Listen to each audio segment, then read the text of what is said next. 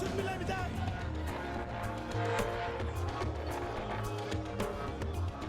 want to resume, want to go back to the classroom. And we are calling on that government to do what is needful immediately.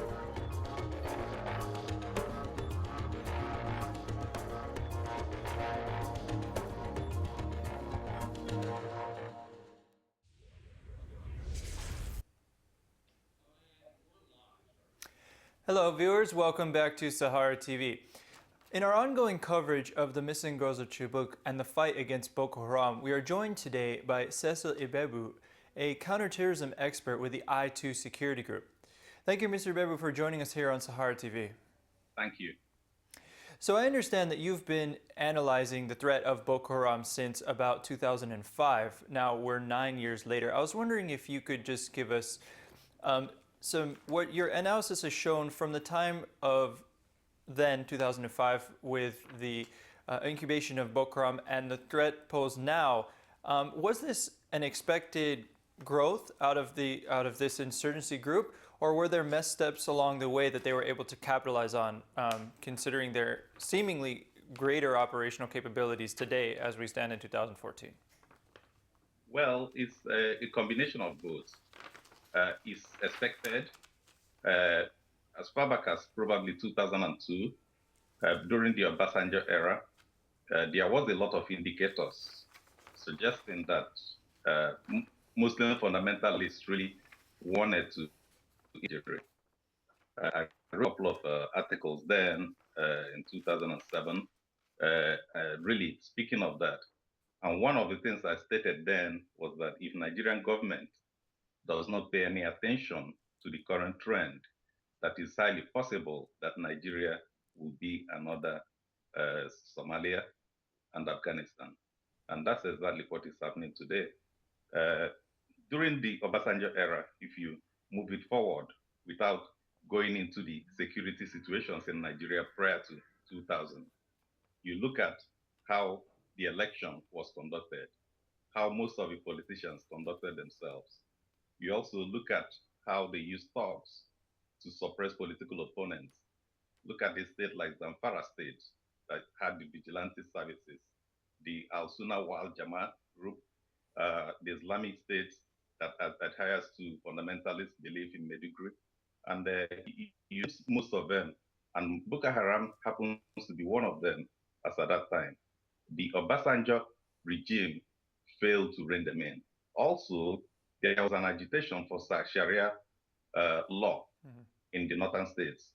That again was a miscalculation from Obasanjo's part, not to really stop that as at that time, considering the constitutionality of Nigerian situation, whether Sharia law can strive in a country like Nigeria, and that was a missed opportunity as well. Now, you take it to today, what we have currently for today. The same issue that you have as at that time is prevalent.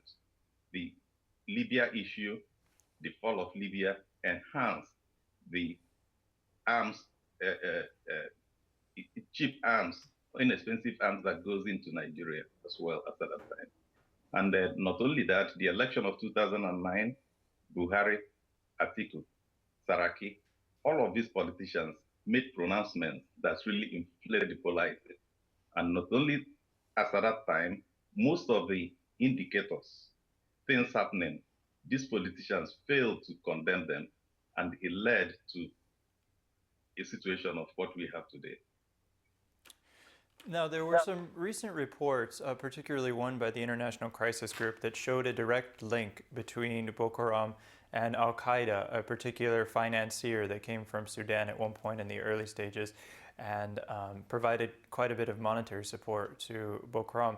And I was wondering, because you just discussed the angle of politicians not properly seeing these indicators and condemning these acts, do you believe that despite, or besides rather, outside support, if there's any truth to these allegations that there are certain politicians on the ground in Nigeria or other government officials giving somewhat significant support to these insurgents?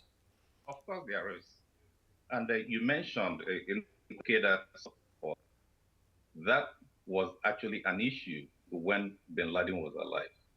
Bin Laden made pronouncements that he's really interested in coming into Nigeria. I did write about that in 2009, and Nigerian government failed to do anything about, 2007.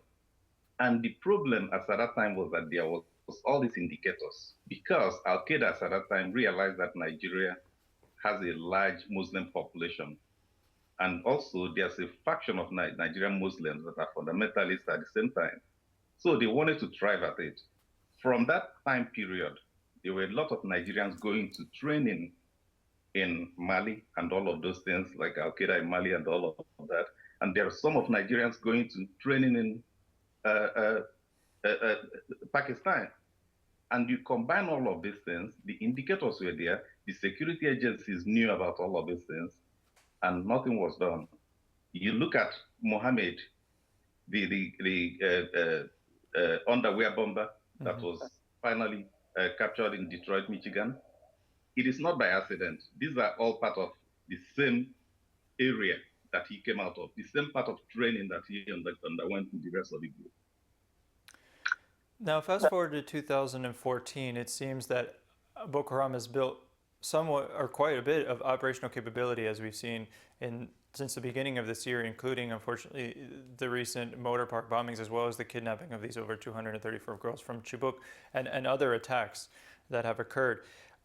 What is your take on the military's seeming inability to arrest these attacks and to start to put an end to the insurgency? It seems almost some days that Boko Haram is just operating at will throughout all parts of the areas of their operations.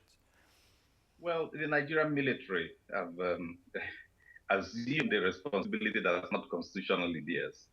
One of the fundamental problems that Nigeria had when Boko Haram began was that they started treating it from the first day as an insurgency, instead of treating it as a counter-terrorism issue. By doing that, they abrogated the responsibilities of the Nigerian police to the military, and they elevated it a bit higher to what it ought to be. When you bring in the military, the difficulty that you have is this: they are not trained law enforcement professionals. They are trained military, paramilitary guys. And as a result, they went in with more force than they should have.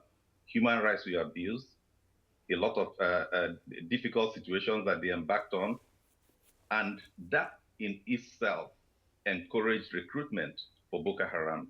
Because all of these Muslim people started crying, they began at a point not to even render assistance to the government, because they're already alienated. They see all the things that the military is doing. And that made it easier for Boko Haram to recruit. It also made it sympathy for their cause. Now, because of all of these things happening in Nigeria, there was a cry for help. You have Muslims coming in from Chad, Niger Republic, Cameroon, all of these other surrounding countries to fight the military. And that was as a result of miscalculation of the government in the way they handled it from the beginning.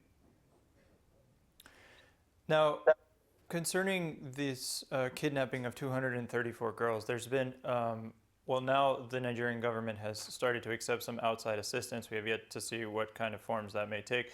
But one of the questions also is whether a rescue mission is feasible or whether there's going to be some type of negotiations. What is your take on that? I mean, what really might be their options at this point? Well, I'm really against negotiations. You can negotiate, but it cannot be kind of like a ransom negotiation. Nigerian government had to be very careful not to give up too much ground. And also, another issue that I have with it is this: assuming Nigerian government accepts all this international help coming in, it's as bad as it is now. You don't want to internationalize Boko Haram, even though on appearance it's already internationalized. What Nigerian government ought to do, by accepting some divergent help, especially from Israel, United States, and some of other catalyst countries that are alienated from the Muslim world, you will have all of a sudden groups like PLO and other groups trying to join Boko Haram because Israel joined us to help out Nigeria. That's one thing that Nigeria doesn't want to do. The only thing that Nigeria can do is to try to build capacity. If they can build their law enforcement capacity, accept the kind of help on a support basis from this international community, but at the same time leading the efforts to get this thing done, it will be to a far much greater advantage than accepting an on-the-ground help as they are proposing. Along with those proposals of outside help, some reports have said that, I mean, they've been talking, like you said, to the Americans, the Israelis, and the British. One of the things that came up was the Americans apparently are not willing to share intelligence with the Nigerians directly. So I was wondering if your take, if this outside assistance is accepted finally as the best route to go, how would that partnership play out? Well, the sad thing is when you get to understand the concept, you cannot blame American intelligence community for not wanting to share, because most of intelligence communities in Nigeria are very unprofessional. What becomes an intelligence all of a sudden becomes a general knowledge, and that is a major concern. When you're working on intelligence community and intelligence issues, you want to know that what you share is really protected. That kind of protection is alien to Nigerian professional intelligence groups out there. And another difficulty is this. Intelligence is kind of like a give and take. I got to give you something, and then we can share information. From the Nigerian perspective, they have not and have refused to build the capacity to be able to be of any help as well to America, to be of any help to British people that are collaborating with them. And what you have is they continue taking and taking. And America, on the other part, is really filtering down the kind of intelligence that they pass along to Nigeria, because they are not minding their own. And that is the difficult situation that you have in Nigeria. So just a couple of final questions here. Do you see now, based on what's been going on and based on, it appears that Boko Haram may actually be receiving quite a bit more outside help these days than maybe when they started, and that seems to have grown over the time that the insurgency has been going and the terrorist group has been operational. Is there any link or concrete link between Al-Shabaab and Boko Haram at this time? And is there any fear that they could join with some of these groups like Al-Qaeda in North Africa and actually overwhelm other African states? They have joined. There have been collaboration, not only financially, but in training capacity. If you look at the analysis on some of the bombing situations that we've had in Nigeria, you'll see that the catalysts and most of the time the expertise in putting together the explosives have been totally different and have been growing in expertise on each individual basis. And that tells me that they continue to really advance, that they continue to really work on what they are doing, and they're mastering their arts better. And also, another thing that's happening as well is this. The way and the process of putting all these things together have also developed. So there have been some level of collaboration, a lot. And on the other part, on the Nigerian side, the government, if you look at the budget from Nigerian defense and security from 2008 to date, and try to really filter through the amount of money that the Nigerian government has spent and look exactly to figure out what has been on the ground from that date forward, you'll see that 75% of what the Nigerian government has spent money on, budgeting for, have not been procured or have not been implemented. So corruption plays a major role in all of these things.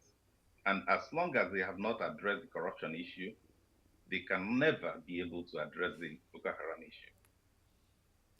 Well, thank you very much for your time, Mr. Ibegbu, and thank you for joining us here on Sahara TV.